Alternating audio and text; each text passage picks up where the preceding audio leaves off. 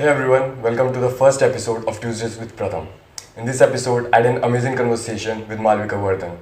She has worked as an RJ for more than 14 years. She's a two-time TEDx speaker. She's also a drama coach, but above that, she's an amazing and very cheerful person. I'm sure that after watching this video, you'll not only learn the art of conversation, but you'll also be inspired by listening to some of her insane traveling stories. So let's get straight to it, and I hope you like the video. Hey Malavika, how are you? I'm good. How are you? Yeah, I'm very good. I've listened to your TED Talks and I've listened to your interviews, and I just want to say it's a pleasure that I'm doing the first episode of Tuesdays with Pratham with you. The pleasure's all mine. Thank you for asking me. Okay, so before we dive into the topic of art of communication conversation, so I want to know just that you are doing this. You have been an RJ for more than 14 years. You have done a lot of public speaking. So how did you got into this? So I got into public speaking. I think my journey actually started with words and reading. So my father was a publisher. So I grew up in a home that was surrounded by books, and whatever spare time Oh, we had with children, I would go to his office, and I was always surrounded by these tall stacks of books, right? Endless shelves yeah. and corridors of things to read. And I think that's where my imagination and my love for words began. And as I got a little bit older, I started to kind of I always was a child who enjoyed being the center of attention, much to my sister's dismay. But I loved being the center of attraction at every party and, being the center of attention. And so when I was in school, actually, my sister said that I should go and try a drama workshop. And so that's where it kind of began. And when I started to enjoy theater and being on stage and performing in front of an audience, that kind Yeah. of led me to radio. And then radio led me to television. So one door opened after the next. But yeah, it's safe to say that it all started in the pages of a book. I mean, that's great. What I think is that out of all the living beings, we human have been given the privilege to communicate.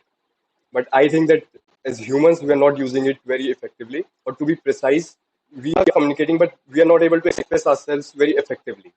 So, I want to learn from you. I've seen your interviews to how to master this art of conversation.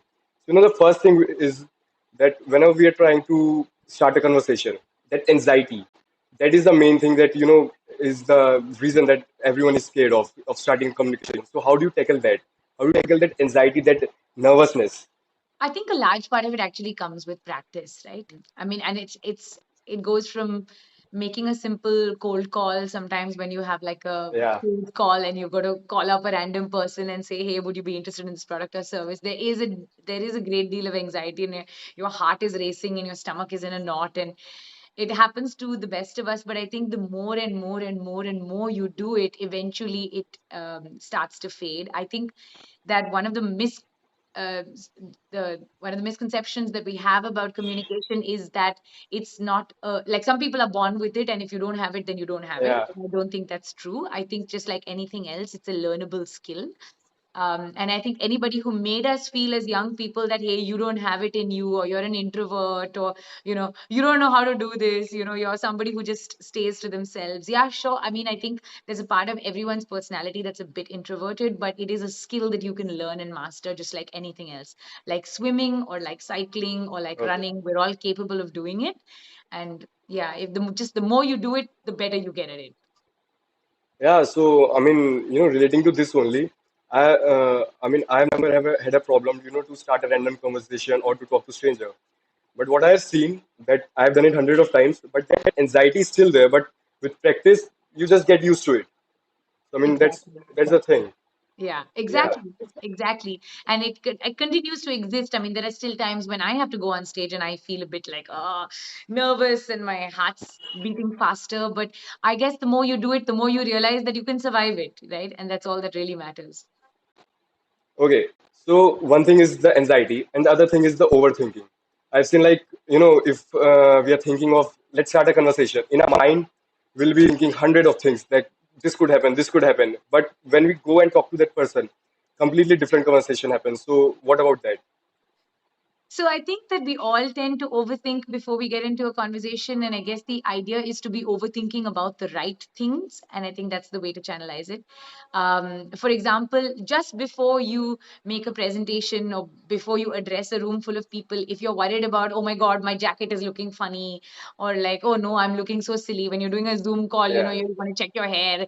Am I being heard? Like, is the light okay? These are the things that we tend to overthink about, but the things that we should be overthinking about is, who is my audience? How well do I know them? What impact do I want to make on them?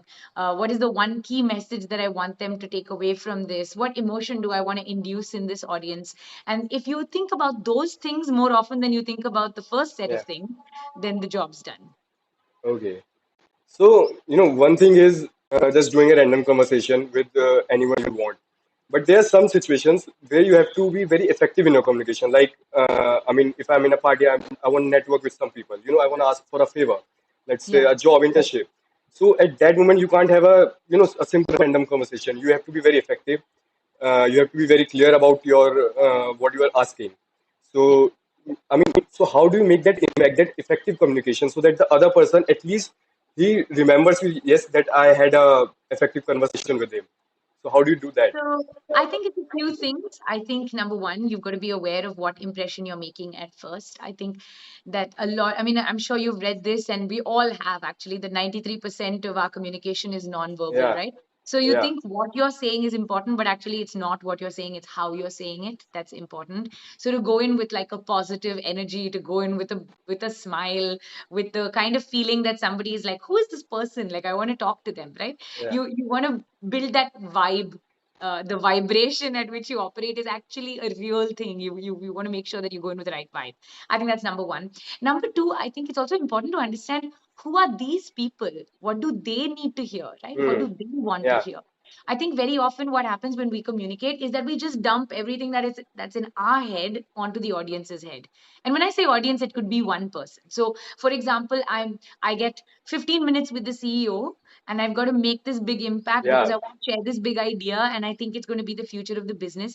If I go in there and I start with my long wound description of, once I had this problem, and then, this yeah, happened, and then that happened, and then this manager came in the way, and then I was so upset. And by the time you actually get to the idea, this person has switched off, yeah, because his or her mind is so busy that they don't have the time to listen to you, right?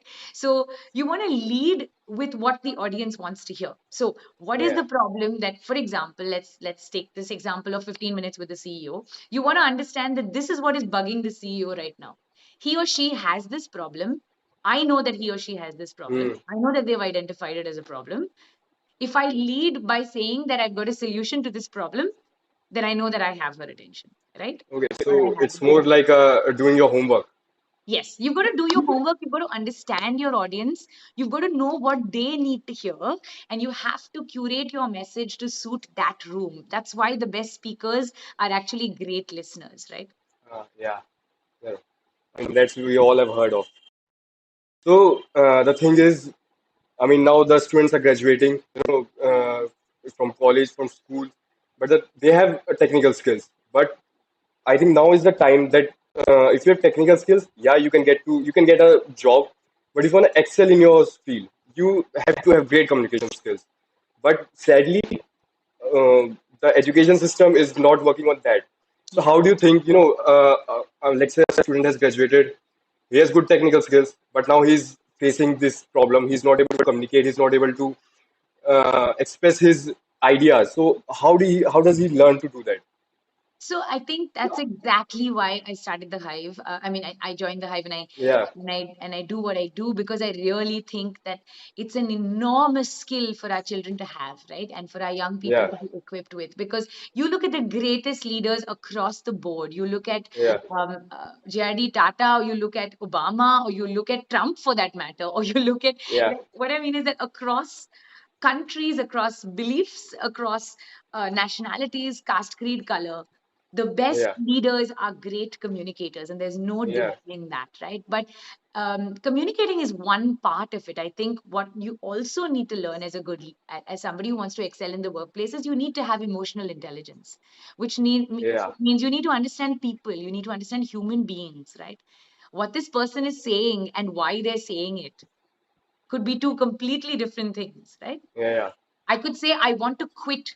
I'm sick and tired of this job. But actually, it might be coming from a different place. It could be that you are just overwhelmed by the time constraints, and maybe just Hmm. understanding where each person is coming from will help you be a better communicator and leader, which is, again, it goes back to knowing your audience and really listening to your audience and being able to understand what people are really saying underneath what they're saying. But I think communication skills as I think young people entering the workforce should at the very start of their career start to upskill themselves when it comes to communication skills and do whatever Yeah, it takes, whether that means a course or whether that means joining a public speaking club or even doing something like a Toastmasters. Just the opportunity to constantly go on stage and address people and speak to people. It's a practice based skill. And just like anything else, you go to the gym every day for 10 years, of course, you're going to have an extremely fit body. yeah. I Yeah. So, mean, like anything else, it's a trainable skill, right? yeah, I think that's the thing. Usually, like you said earlier, also, people have that misconception, that myth, that people are born with these skills. You can't develop this in your uh, you know uh, adulthood. So that's the thing. I mean, and as you told about great leaders, I think they have that more than art of conversation. They have art of manipulation. So how do you think that works? Art of conversation is art of manipulation. I Yeah, mean, it sounds like the word manipulation sounds terrible, yeah, right? But actually, what is communicating? What is communicating? It's for me to understand that here's Pratham, here's where he comes from, here's what he is seeking in this conversation. What can I say as a communicator that is going to feed the hunger that he has, right? yeah. What problem can I solve of his? What can I say to him that will move him in the direction that I need him to move in? Right. And that is what great communication is all about. That's what a great salesperson is all about, right? Yeah, I mean, I think communication is a very powerful tool. Like, you have money, you can do certain things. You have strength, you can do certain things. But I've seen leaders like, Barack Obama, Martin Luther King. They, with the help of their words only, they moved millions of people.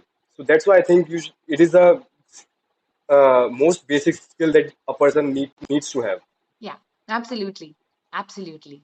I Yeah. couldn't agree more. So the thing is that in India, everyone wants to be, everyone is starting startups and they want to become entrepreneur. But when I saw your ID on your bio, it was dramapreneur. So what's that, dramapreneur? Yeah. So I'm an entrepreneur who sells drama. My job is every day to sell the idea that drama is what changes lives. Drama changed my life, and I Yeah, think it's a great tool with which to teach young people how to communicate well and how to become effective, fearless communicators, to give them the vocabulary, the skills, the tools, and the empathy to be able to get up on stage and share with an audience their thoughts, their ideas, and the ideas that they believe in. And I think that's why I call myself a dramapreneur, because I bring I can yeah, I'm only interested in selling drama. That's the only thing I yeah. can I be mean, an that's great. entrepreneur about. Yeah. Okay. So, related to this drama only, I've seen that some people are introverts or they're not able to express themselves. But art like drama and theater has always helped them. I mean, I've seen people who are not able to communicate well, but as soon as they get on the stage, I mean, they are different persons. So, how does that happen? I think that happens because drama offers you the ability to be another person on stage, right? So I might have some self-limiting beliefs about Malvika. Malvika is an introvert. Malvika is not great with people. Malvika is very, she might be good with her skill, but she's not very good with money. So I have all these Yeah, self-limiting beliefs that have been put into my head by teachers, school, parents, home, upbringing, caste, color, creed, gender. All of these things are in my head, right? yeah, But drama offers me the opportunity to be someone else. Tomorrow I get up and I'm on stage and I'm, I don't know, the queen of some kingdom. Okay. And in that world, Malvika is not doesn't have these self-limiting beliefs. So she goes up on stage, she's another person, she puts on a mask almost. And in that mask, she starts to feel, oh wow, actually I can do this. one minute, hold on. So I can actually move people. I can actually be on stage. I can actually be strong and brave and courageous and good with money or manipulative or extra smart or all of these qualities that I don't otherwise associate with myself, right? So Dharma gives us the opportunity to be other people and in the process become better versions of ourselves. Yeah, I mean it's like escaping the the things that society has put on and being what a person really wants to. Yeah, yeah. Yeah, I mean Exactly, that's exactly. You walk in someone else's shoes and then you understand that actually there's not that much difference between you and them. yeah, I mean that's great. So I've seen Insta pics and you are a traveler. So how's that? Traveling, meeting new people. What's that like? So I'm someone who really enjoys going out into the wilderness and getting my alone time. I live in a city that is constantly buzzing and full of Yeah, malls, and concrete and glass and shopping and fancy cars and big roads. And I'm actually not that kind of person at all. I'm not a Dubai person.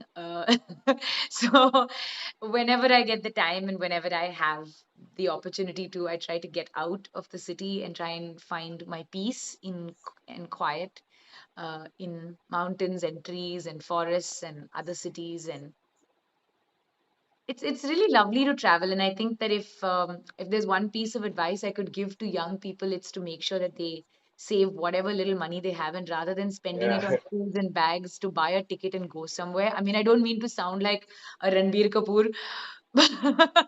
ये जवानी है दीवानी. Yeah, I mean, मैं उड़ना चाहता हूँ. I mean, Yeah, yeah, not yeah. to be the cliche, but there is so much value in doing that, because when you go on a holiday, like I recently went to Machu Picchu, right? And I went to Peru. And what was so refreshing to me was that when I was on that hike, I was with a group of people, and they were all from different walks of life. Somebody was a physiotherapist, and somebody was in IT, and somebody worked in sustainability, and somebody had just quit their job, and somebody was a nurse. But in that in that space on that hike, it didn't matter what your business card said. It doesn't matter Yeah. how big your house is or what fancy car you drive or whether your clothes are cool or not or whether your nails are manicured. Nobody cares, right? So you, in that space, you are only your value is like, can you be a nice person? Can you be helpful? Can you crack a good joke and make a bunch of very tired people laugh? Can you play with the dog and bring some joy to this hike? I think, and that kind of helps us connect with who we really are as human beings, above and beyond our business cards and our status and our fame on Instagram and our titles and all these identities that we give ourselves, right?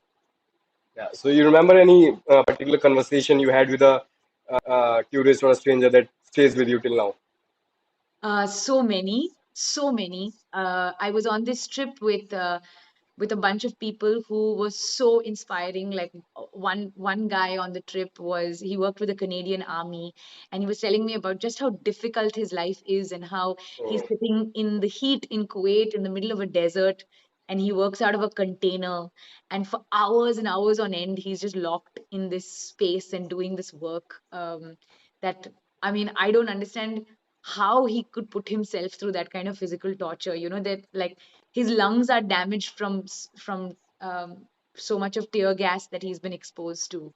And on the other hand, there was a woman who decided after COVID that she just wanted to give up her life in Australia. And she said, you know, forget it. I'm just going to pack my bags. I'm going to go to Argentina and I'm going to start my life all over again. And so she did. And she went to Argentina and she lived there for 6 months. So imagine you're going from Australia to Argentina. That's literally two yeah. ends of the map, right? And she just did it, and she did it so fearlessly. And I think like these kind of things really inspire you. There was one woman on my on my trip on the hike with me, who was a 42-year-old, and she had just put in her papers to adopt a child, and she had just gotten approved from the Irish authorities to be with this I mean, to have a child enter her life, and this was her last trip as a single woman doing this. So you can just imagine the kind of stories and personalities of these people, and the kind of people you get to meet, right? Who are just so Yeah. fascinating.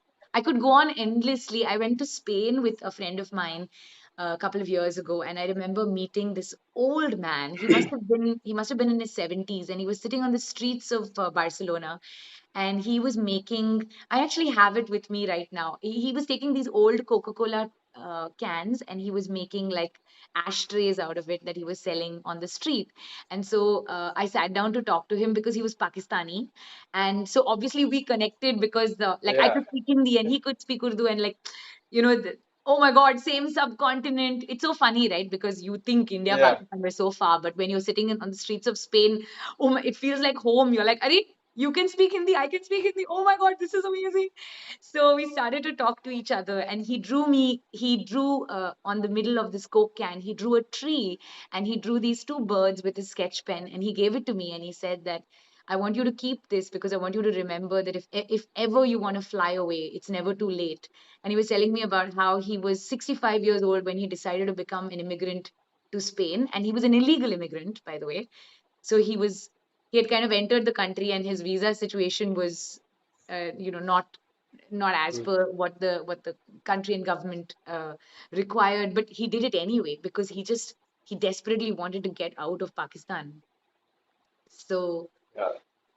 I mean, these are stories that just remind you that your life and your own story is actually so much more than all this stuff that you chase on a daily basis. Yeah. I mean, that's the thing, I have listened to these things in movies only, but now hearing from you, now I can. I used to think that these things happen only in movies only. A stranger saying to you that you can fly and you can go everywhere, you're free. But now listening these things from you, I mean, these things motivates us, Yeah, but I think and I can see, sometimes and what happens, right? And I think especially with desis, we tend to do this a lot, is that we go on a holiday, but we are actually taking so much of our own life with us, right? So if you go on a holiday and then you're going to eat only in Indian restaurants, and then you're going to stay in the same Hilton five-star hotel over and over and over again, and every lobby looks the same, and all your rooms look the same, and all your experiences are the same because you're eating the same Indian food wherever you go, or yeah, you don't really give yourself the opportunity to meet new people and to have new experiences and to talk to people and to open up those doors of conversation. I know people who have traveled the world, but they've not had a single experience like this. That's because if you put your headphones on and you're like in your world and you go from one sightseeing location to the next, taking selfies and posting it, and then you come back home, that's not really, then you're not really traveling. Yeah, you might have yeah, been. it's like staying in your comfort zone only, but the place has Yeah, changed. yeah, exactly. So I think a lot of the traveling actually happens up here in your head. Like, are you able to really take yourself out of your Yeah, situation, right? And put yourself in a new space? yeah. So coming back to the art of conversation things, we talked about how to talk to strangers, how to communicate effectively. Now these are two things. Now the third thing is public speaking. I mean, that's a different domain. I've seen people who are very good communicators, who are able to express themselves very well, but as soon as they get on stage, I mean, they don't even know what to say. So how do you know achieve this public speaking thing, overcome fear of public speaking? Again, I think number one is practice, right? Number two is Yeah, planning. Like, I think you've got to, a lot of people think that, yeah, I'll just get up on stage and I'll wing it and I'll see, like, yeah. I'll see how it goes. I'll say something, but they don't actually sit down and plan it and structure it. So, I think the number one thing that I would tell every public speaker is if you really want to be good, if it's not just about just surviving, just getting on stage and saying something and getting off, if you really want to be the most memorable speaker in the room that day, you've got to do Yeah. your homework. You've got to plan. That means you've got to figure out what am I going to say in my first 30 seconds, my second 30 seconds, my third, my fourth. And you're going to structure your content in such a way. You're going to run it with audiences. You're going to get feedback. You're going to take it back. You're going to alter your speeches. You're going to alter your content. And then you're going to present it to your audience. And that's when it really, really works. So like, if we sum up this, art of conversation is just practicing and going, out of a comfort zone and talking and seeing how it goes. Yeah, it's not just practice, it's also practice and then being open to feedback and actually listening Yeah, to what your audience, what are the parts that work, what are the parts that don't work. what part of your story resonates with people, what part should you tone down, what part should you bump up. So I think all of that is something that you get when you really plan and structure. But if you just go on and just wing it every day, then you're not going to Yeah, have any, it's like you're not going to have any data, right? yeah, That okay, this is what is consistently working, or this is what is consistently not working, or this is where my problem areas are, or this part is what I need to sharpen. So I think that is planning and structuring your content is should be priority if you want to be a better public speaker. okay. So, as I said earlier, that you have been doing RJ for more than 14 years. So, the main thing I want to ask about this is that when we are on television, people are seeing us, their graphics, their visuals. So, a kind of they are attentive. But in radio, you are just they're only able to hear your voice. So, how do do that? How do you hook your audience to to your show? How do you do that? So I think different RJs have different ways of doing it. Some people use humor, some people use like shock tactics. They do the stuff that like makes you sit up in your chair and go, "Oh my God, did he just do that, or did she just do that?" But I think that underneath it all, to me, the way in which to create a memorable link on air and to do good radio is to build human connections. Like, I think everybody has commonalities, and I think everyone feels a particular way about something. There are things that are relatable, and if you can create, if you can say things that make people feel ki, yeah, actually we have a lot in common. And yeah, I mean, I know Yeah. exactly what you mean. When you hear a story and you're like, yeah, I know what you mean. I've been there. I felt that. I think if you are able to tap into that feeling more often is when you create memorable moments on air. Yeah, I mean, so it's like when people are able to connect with you. Yeah, people are able to connect with you, and I think a lot of that also comes from honesty. That sometimes I hear radio presenters who are like trying to put up a front, or they're trying to be this person that they're not, and I think that somewhere the truth shows through, right? Like when someone is Yeah, being really authentic and honest, when they're being their full authentic selves, I think if you even if you're listening on the radio, you can tell, right? You can tell when someone's yeah, putting on a fake smile and when someone's really in a good mood and when someone's really smiling, or yeah. when someone is really feeling like really emotional about this song or this film or this experience that they had.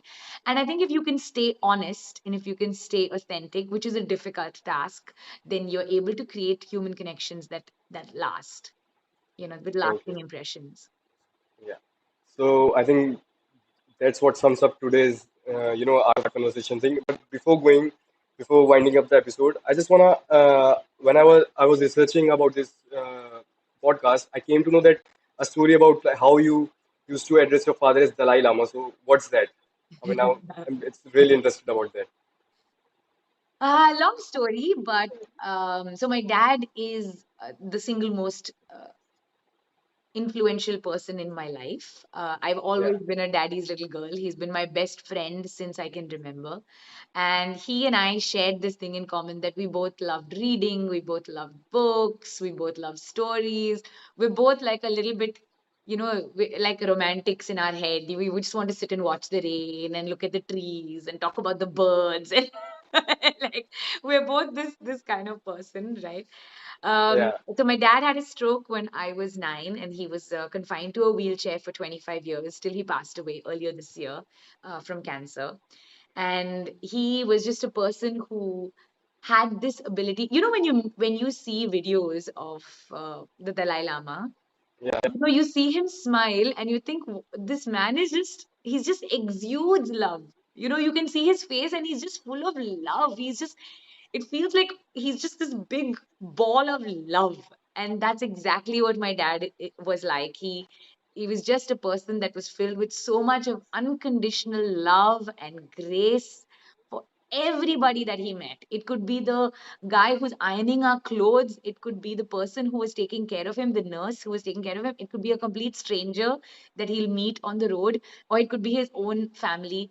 He always met you with compassion and kindness and love. And in a world where we prioritize all these other things, that you have to be intellectual and you have to be well Yeah, read and you have to know all these facts, and you have to impress me with all these things, and you have to be good looking and you have to be charming. I think he just proved to me day in and day out that love is enough. If you can just love unconditionally from your heart every day, that's enough.